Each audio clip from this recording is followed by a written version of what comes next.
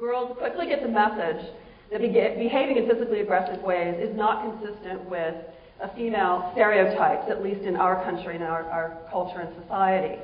In fact, work by Bev Fagot many years ago, a very interesting study, she showed that around age 4, which is about the time that girls and boys start to get a decent understanding of what it means to be a male versus a female in our society, as soon as girls develop that understanding, their engagement in physical aggression drops dramatically.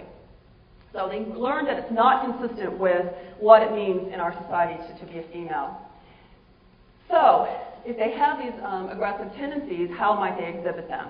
To try to understand that question, we went to literature that looks at differences between boys and girls in the way that they play with one another.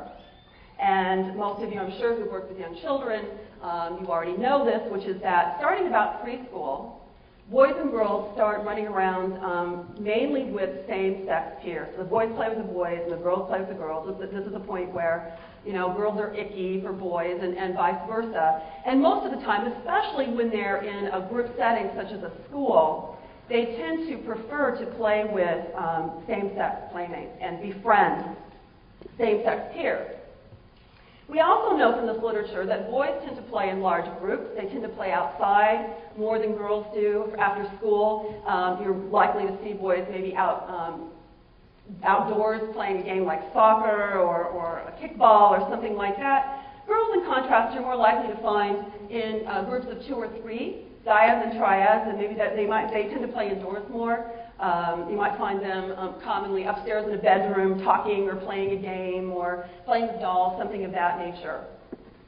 So this tells us that 2 things. First of all, if girls are going to aggress against someone in early childhood, it's likely that that's going to be another girl, all right, because they're playing most often with other girls.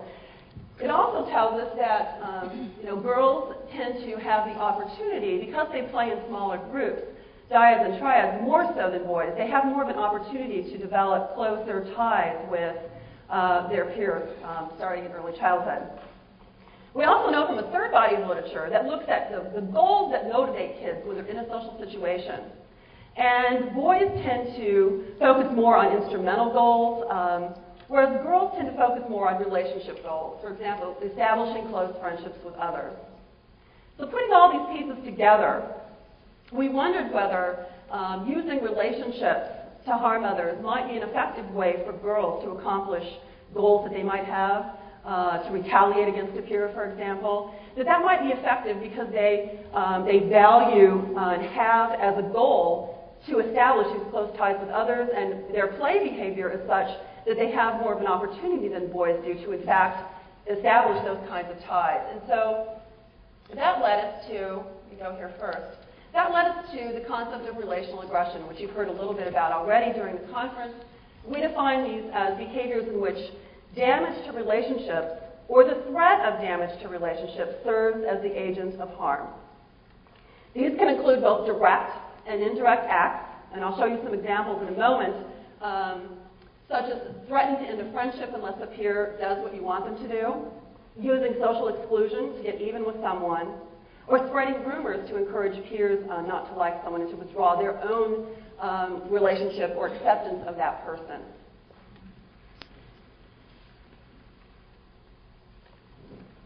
So what does relational aggression look like at different ages?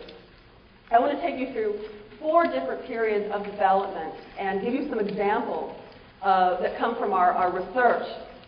The first examples are from a first study that we did on preschoolers at the University of Illinois, in which we went into a classroom and my students and I hung out for about a semester and with notebooks.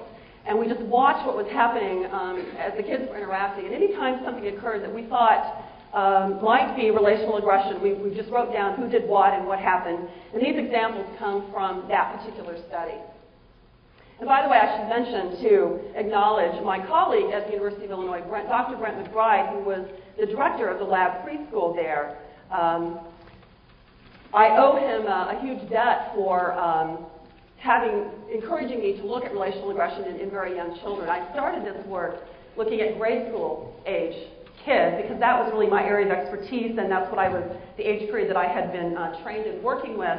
And we were having one of those hallway conversations one day where you kind of go, fine, how are you doing, what are you up to? And so I told Brent about this new research that I had been working on, because I was very excited about it, and he said, oh, you should come in and look at our preschoolers. They do that stuff all the time. I said, no, they don't. He said, oh, yeah, they do. I said, no, they're too young. This is too sophisticated. They can't do that stuff. I was dead wrong, and I'm so grateful that he encouraged me to come and do this work. So these are examples from those field notes. Anna and Susan were playing on the slide when Tiffany came over and started talking to them. Anna and Susan covered their ears to block her out. Tiffany went to tell the teacher. I think of this as the preschool version of the silent treatment. It's like, I'm not listening to you. Jill and David were playing in the fantasy corner when David put on a hat that Jill wanted. They fought back and forth until Jill said, I'm not going to be your friend. David still wouldn't give in, so Jill said, I won't be your best friend. That worked, and David gave in. So here, using the friendship and manipulating the friendship in a threatening kind of way in order to accomplish the goal that you have is kind of the point here.